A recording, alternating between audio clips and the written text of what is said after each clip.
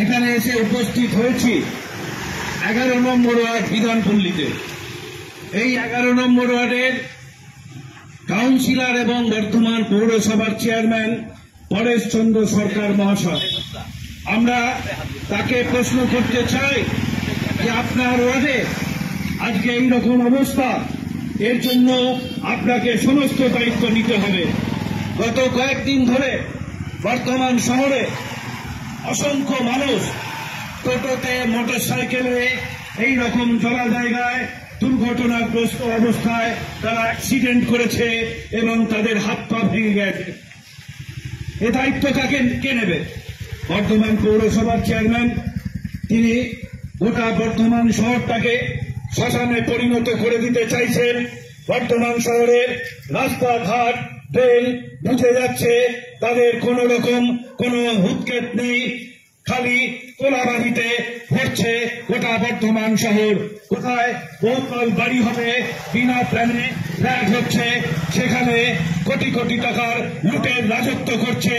আর বর্তমান শহরের মানুষ যারা ট্যাক্স দেয়, যারা বর্তমান পৌরসভাকে কর দেয়, সেই সমস্ত রাস্তাগুলোর অবস্থা আজকে বেহাল দশা হয়ে গেছে। আমরা তাই এই প্রতিবাদ গোটা বর্ধমান শহর জুড়ে এই প্রতিবাদ করতে চাই যে অবিলম্বে এই রাস্তাঘাট মেরামত করতে হবে বর্ধমান পৌরসভাকে।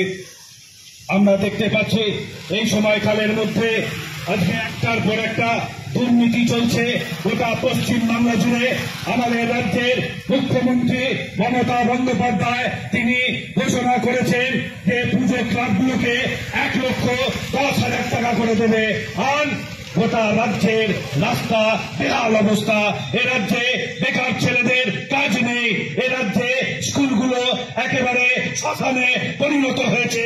আর ক্লাবগুলোকে মৎসব করার জন্য লক্ষ লক্ষ টাকা দেওয়া হচ্ছে। আমরা আপত্তি জানাচ্ছি না, কিন্তু সরকারের দায়িত্ব রাস্তাঘাট মেরামত করতে হবে। সরকারের দায়িত্ব, সরকারি যে স্কুলগুলো আছে সেই স্কুলগুলোর যে পরিকাঠামো, সেই পরিকাঠামোকে সঠিকভাবে নিতে হবে। এই কাজ বর্তমান পৌরসভা বা রাজ্যের সরকার করছে না।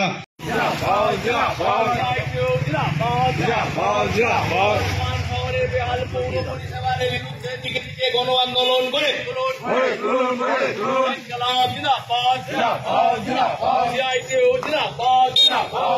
এই বর্ধমান শহরের পৌর পরিষেবা বেহাল কেন অপদার্থ? পৌর প্রশাসন জবাব দাও। এই বর্ধমান শহরে বেহাল পৌর পরিষেবার বিরুদ্ধে দিকে দিকে গণপ্রতিরোধ করে এই রাস্তাঘাট পরিণত হয়েছে কেন অপদার্থ? পৌর প্রশাসন জবাব দাও।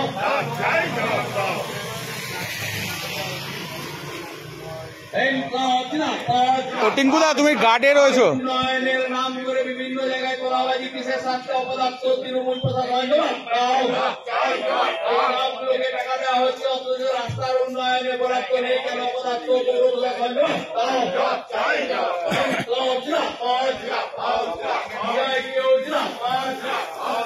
পৌর পরিষেবা সঠিকভাবে চালু করার দাবিতে সিআইটিউ লড়ছে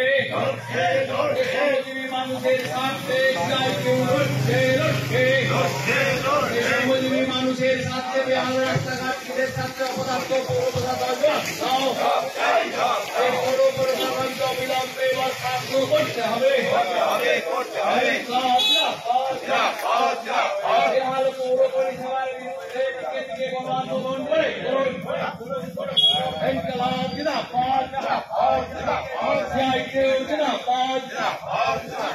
বেহাল পৌর পরিষেবার বিরুদ্ধে গণপ্রতিরোধ করে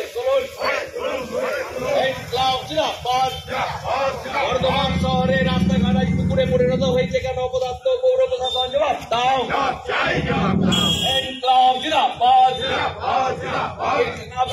লক্ষ লক্ষ টাকা দেওয়া হচ্ছে অথচ পৌর প্রশাসন পৌর পরিষেবা নেই কেন অপদার্থ? তৃণমূল সরকার জবাব দাও। নাগরিক পরিষেবা সুষ্ঠুভাবে চালু করার দাবিতে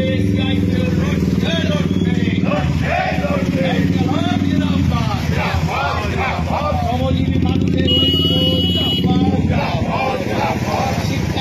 শ্রমজীবী মানুষের স্বার্থে সিআইটিউ লড়ছে সিআইটিউ জিন্দাবাদ। এই বর্ধমান শহরে পৌর পরিষেবা সঠিকভাবে অনুরোধ যে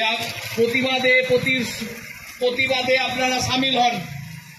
বন্ধুগণ, বর্ধমান শহরের সামান্য বৃষ্টিপাতে রাস্তাঘাটের যে বেহাল দশা, তারই পরিপ্রেক্ষিতে প্রতিবাদ হিসাবে সিআইটিউর পক্ষ থেকে আজকে এই রায়নগর অঞ্চলে প্রতিবাদ দেখানো হচ্ছে।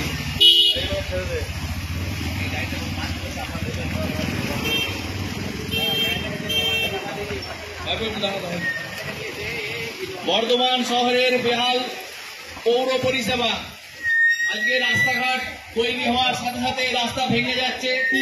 রাস্তা এমন পর্যায়ে ভেঙে যাচ্ছে যে রাস্তা আজ পুকুরে পরিণত হয়ে যাচ্ছে।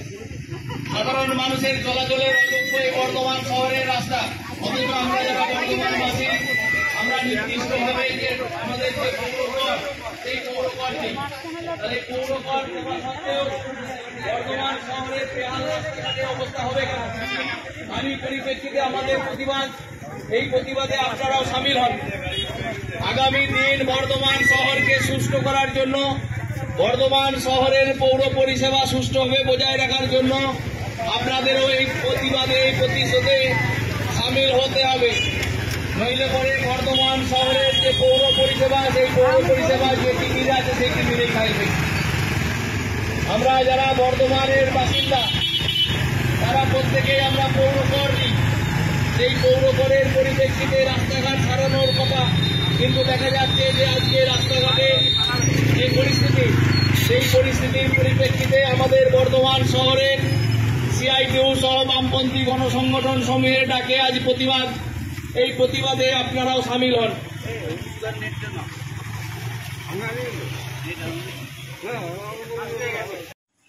মাছ ধরার মতো পরিস্থিতি বর্ধমান শহরের রাস্তাঘাটে, শুধুমাত্র এই এলাকার নয়, গোটা বর্ধমান শহরের পৌর পরিষেবায় এইরকম বেহাল দশা। অথচ আপনারা সকলেই দেখেছেন, কোন বর্ধমান শহরের কোন উন্নয়ন, কোন রকম কোন উন্নয়ন যখন হয়েছে তখন হচ্ছে তৃণমূলের পক্ষ থেকে লোকজন গিয়ে তার বাড়িতে গিয়ে সেইখান থেকে বিভিন্ন ভাবে তোলাবাজির চেষ্টা হয়।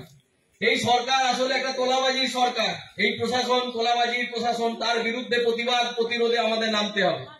বর্ধমান শহরের পৌর পরিষেবা পাওয়ার যোগ্য আমরা যারা বর্ধমান শহরের আদিবাসী, যারা বর্ধমান শহরে বসবাস করি, তারা প্রত্যেকেই বর্ধমান শহরের বর্ধমান পৌর প্রশাসনকে পৌর কর দিই। তাহলে পৌর কর তারা নেয় কি জন্য? আমাদের বর্ধমান শহরের যে সমস্ত পরিকাঠামোগত উন্নয়ন, সেই পরিকাঠামোগত উন্নয়নের খরচ করবে, সেই আশা রেখেই আমরা হচ্ছে পৌর কর দিয়ে থাকি। কিন্তু দেখা যাচ্ছে যে পৌর কর একদিকে যখন যেখানে আদায় হচ্ছে, অন্যদিকে আমাদের যে প্রাপ্য, আমাদের যে অধিকার, বর্ধমান শহরে চলাচলের যোগ্য যে অবস্থা, সেই চলাচলের যোগ্য অবস্থা নেই। এই তৃণমূল সরকারের যে নীতি, সেই নীতি কিন্তু শ্রমজীবী গরিব খেটে খাওয়া মানুষের পক্ষে নীতি নয়। এদের নীতি হচ্ছে এই সরকারের সঙ্গে যারা যুক্ত, যারা তোলাবাজির সঙ্গে যুক্ত, যারা দুর্নীতিগ্রস্ত, তাদের পক্ষে।